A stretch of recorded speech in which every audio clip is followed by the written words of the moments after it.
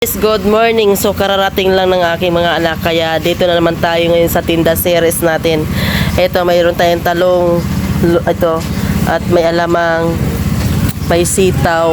Isa-isahin natin to araw-araw yung ating munting negosyo.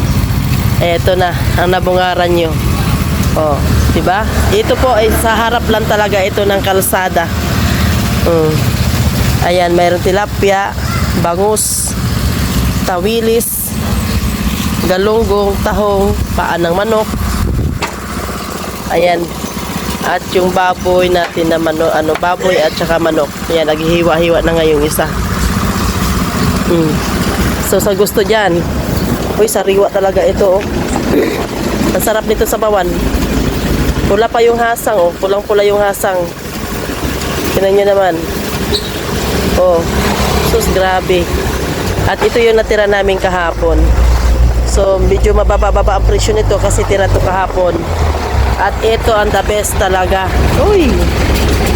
Oh, tulingan. Ayan o, tulingan. Laki ng truck dumaan. Hala.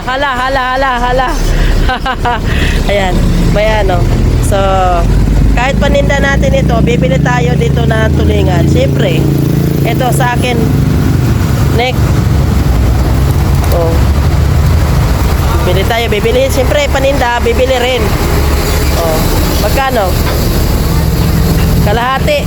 Oh, yun, di ba? Kalahati.